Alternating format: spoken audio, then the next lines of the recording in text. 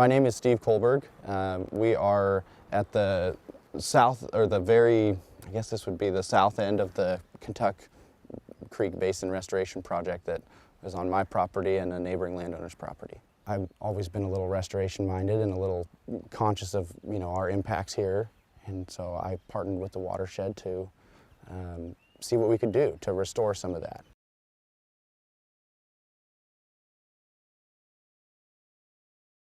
Especially growing up here and seeing the changes that have happened, we talk about the fishing industry, especially here in Coos Bay, and some of the declines that we've seen in fish numbers up and down the south coast.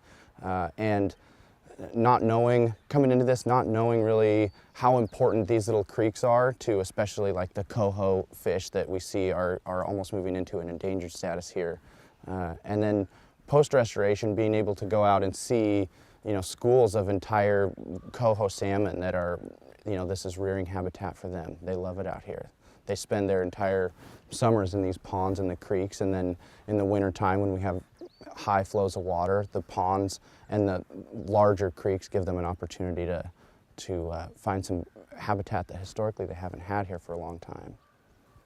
When I did buy the property, I did have some goals to run a small ag operation here. And since the project started and we've worked through it here over the last couple of years, I think that goal has changed a lot. I don't think I have as much of a desire to run the ag operation, and to me it's become far more important to leave this in a restored state and continue to kind of spread the word on how important that is. So we have some neighboring landowners here that I'm good friends with and have talked to significantly about the impacts that ag operations can have on very small creeks like this, and what it can mean for even not just ourselves, but all the generations that come after us that rely on the fishing and the health of these watersheds to restore it back to something better than it is today.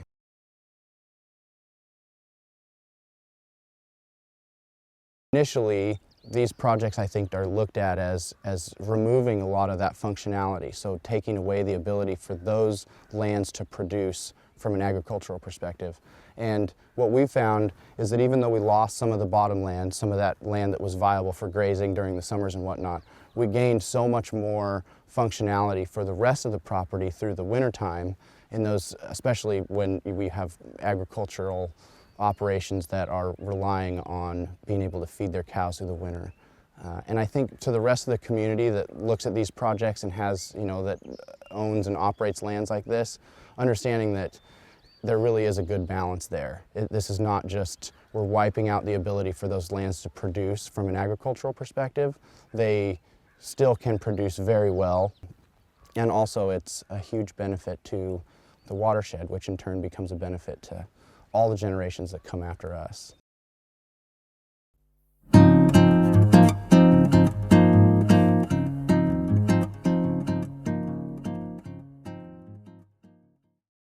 My name is BJ Wyatt with Timber Roads. Cool part about the whole thing is when you get to turn the water loose and see what you just did. That is by far the coolest. It's cool seeing the fish go up it, but as far as us packing buckets and running jackhammers, it makes it worth it at the end to see the water. And it wasn't but an hour, 2 hours after we did that some of the smaller fish started coming up into the bottom pool. For me, would be to see lots of fish come up this winter.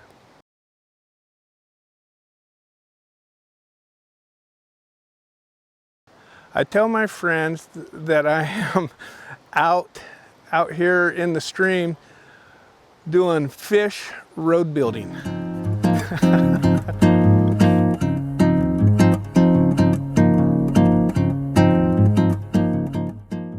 Yeah, my name is Mark Villers, and I do fish habitat for a living. I mean, I transitioned into it kind of slowly from logging and timber cutting into full-time, almost nothing, a few odd jobs in the off-season, but huge amount of fish habitat.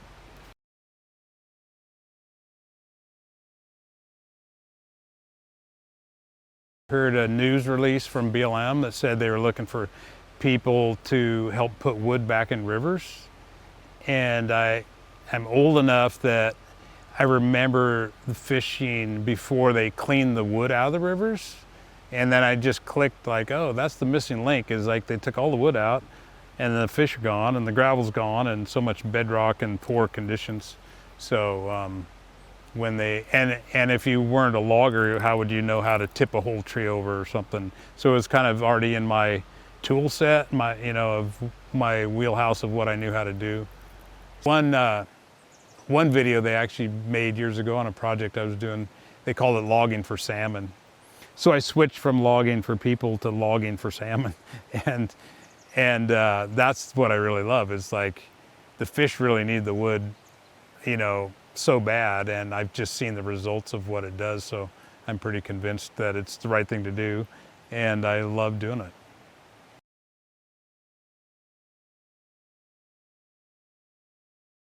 it. Truly, honestly, the very favorite part is what I don't even get paid to do, but I go back, I've been back on like tons of times looking at how it looks like a year or two later, and when you see fish spawning where it used to be bedrock.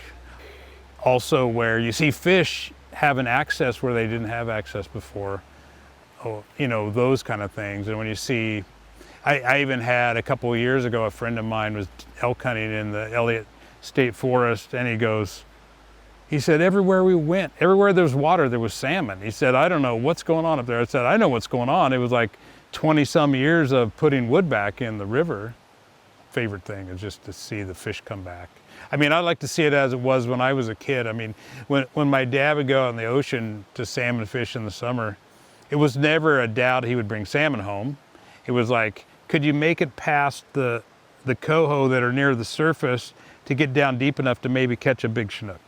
I mean, that was the dilemma. It wasn't the dilemma of like, oh, there's no season, there's not enough fish, So I remember those days.